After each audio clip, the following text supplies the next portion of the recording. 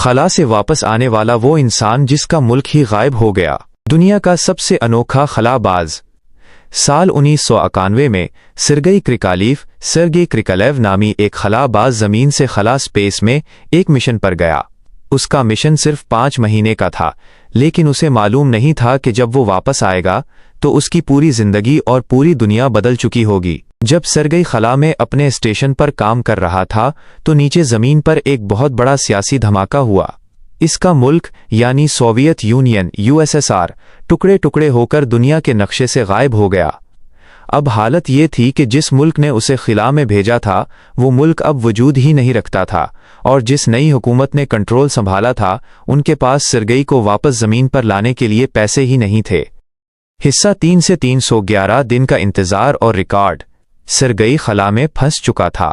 जहां दूसरे खलाबाज चंद महीनों में वापस आ जाते हैं, सर्गेई ने वहां 311 दिन यानी तकरीबन 1 साल गुजारा। खला में इतने दिन अकेले रहने की वजह से उसकी सेहत खराब हो रही थी, लेकिन उसके पास कोई और रास्ता नहीं था। इसे तारीख का आखिरी सोवियत शहरी, द लास्ट सोवियत सिटीजन कहा जाता है।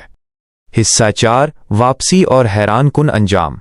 आखिरकार मार्च 1992 में उसे जमीन पर वापस लाया गया।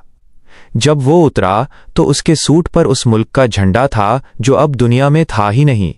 वो एक ऐसे शहर में वापस आया जो अब बिल्कुल बदल चुका था। ये आप सर्गेई की जगह खला में अकेले फंस जाते तो आप क्या करते?